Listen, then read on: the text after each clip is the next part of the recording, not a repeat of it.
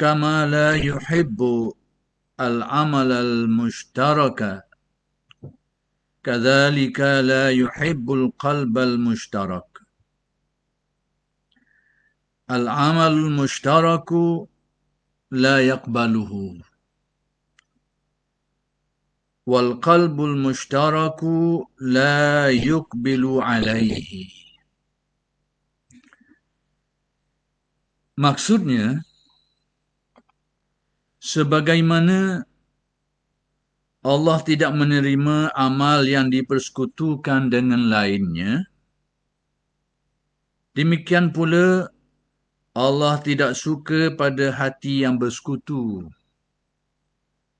Amal perbuatan yang dipersekutukan kepada sesuatu selain Allah tidak akan diterima oleh Allah. Dan hati yang bersekutu, yakni tidak menghadap kepadanya, dan hati yang bersekutu tidak menghadap kepadanya. Jadi menerusi kalam hikmat Syekh Ibn Atta' ni, Syekh Ibn Atta' nak menyatakan suatu penyakit yang dinamakan sebagai syirik. Syirik maksudnya perkongsian. Apabila Allah Ta'ala itu dikongsikan dengan yang lain, maka itu bererti kesyirikan. Dan ini adalah dosa yang paling besar yang akan membatalkan keimanan seseorang itu. Kalau ada syirik lah. Jadi syirik ini adalah dosa yang paling berat, yang paling besar sekali, yang mana dia boleh merosakkan dan membatalkan iman. Apabila seseorang itu dalam keyakinannya itu meyakini ada sesuatu perkongsian antara Allah Ta'ala dengan yang lain lagi pada keyakinan hatinya. Jadi amalan-amalan, kalau syirik itu merupakan suatu keyakinan, maka dia akan merosakkan i'tiqad, membatalkan iman. Tapi sekiranya syirik itu berlaku pada amal, dia bukan pada i'tiqad tapi pada amalannya, iaitu pada tujuan amal, qasad amal dia tu, iaitu amalan-amalan yang dilakukan itu ada perkongsiannya di antara Allah dengan yang lain lagi. Maka yang kita sebut sebagai riak lah. Jadi berlaku perkongsian pada amalan tu. Bukan dia beribadah. Kalau dia beribadah kepada yang lain daripada Allah Ta'ala, syirik dalam peribadatan itu juga membawa kepada rosaknya iman. Jadi jangan disalahfahami, yang dimaksudkan syirik pada amal di sini ni bukan bererti syirik dalam erti kata keyakinan. Keyakinan yang membawa kepada manusia meyakini ada perkongsian antara Allah Ta'ala dengan yang lain lagi. Dari segi keyakinan-keyakinan keimanannya. Demikian juga dari segi peribadatannya. Seperti dia meyakini ibadah ini perlu dihadapkan, perlu dilakukan kepada yang lain daripada Allah Ta'ala juga. Jadi apa sekali bentuk ni, bentuk syirik dalam bentuk yang tadi itu boleh merosakkan iman. Adapun yang dibicarakan dalam kalam hikmat ini, yang dikatakan sebagai syirik dalam amal itu, bukan bererti dia ada satu keyakinan bahawa amalan itu dilakukan kepada yang lain dari Allah. Tidak, bukan itu yang dimaksudkan. Tapi yang dimaksudkan pada syirik amalan ni, iaitu syirik dari segi qasad dia tu. Ada tujuan. Selain daripada dilakukan kerana Allah, maka nak dipertontonkan juga kepada yang lain. Itu juga dinamakan syirik, syirik pada amalan. Jadi saya jelaskan ini dibimbangi takut ada orang keliru dalam persoalan syirik yang boleh membatalkan iman tadi tu. Apa yang dibicarakan di sini syirik pada amal tadi tu, iaitu pada qasad dia tu. Yang mana selain daripada dia lakukan amalan itu kerana Allah Ta'ala, tapi ada juga tujuan-tujuan untuk diperlihatkan kepada orang. Kalau dia ada qasad hati dia tu beribadah kepada Allah dan beribadah kepada yang lain, itu memang batal iman dia. Ini bukan itu. Sekarang dia qasad beribadah dan keyakinan hatinya hanya kepada Allah. Tapi dalam melaksanakannya tu, dia laksanakan kerana Allah, tapi dalam masa yang sama terselit tujuan-tujuan untuk diperlihatkan. Diperlihatkan kepada yang lain. Maka itu dinamakan sebagai syirik khafi atau disebut sebagai riya. Sebab itu dalam hadis Nabi menjelaskan kepada kita supaya berhati-hati. Iyyaka wa syirkal asghar. Berjaga-jagalah, berhati-hatilah terhadap syirik kecil.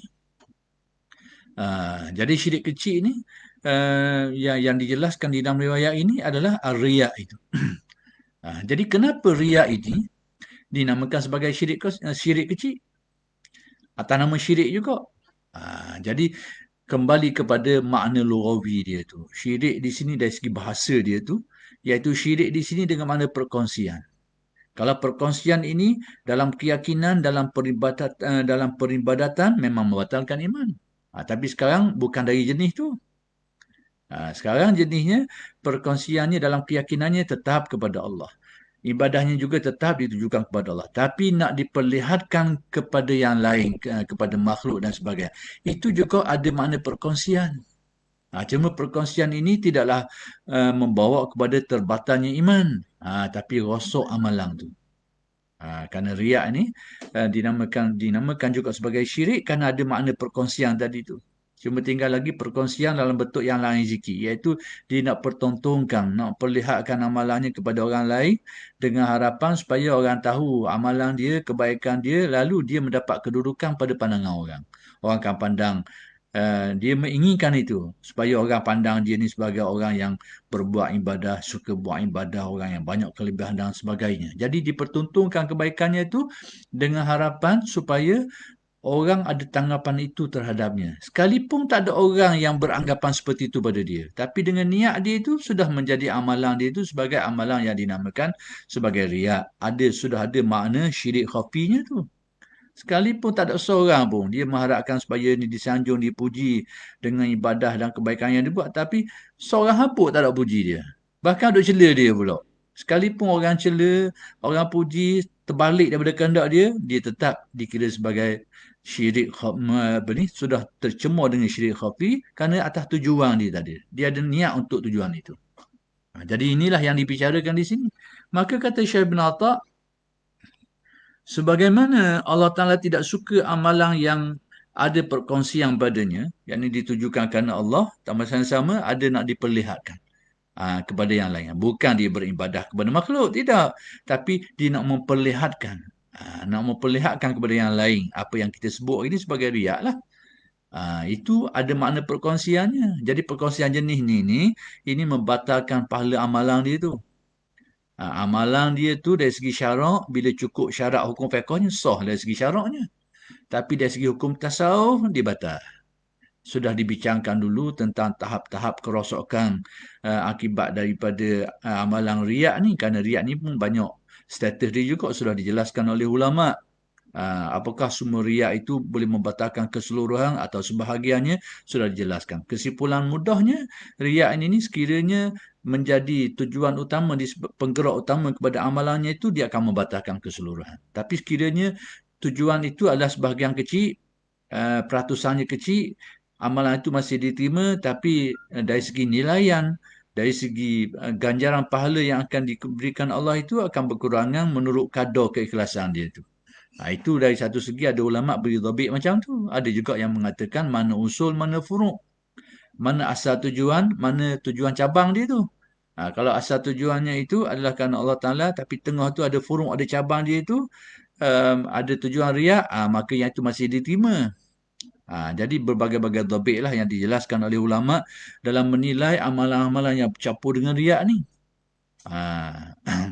Jadi pokok pakar malah tu jadi rosak. Kalau dah rosak seruma pun, dia akan rosak sebahagian pahala-pahalanya. Adapun dari segi sahnya, kalau dicukup syarat-syarat hukum fiqhnya, sahlah amalan tu.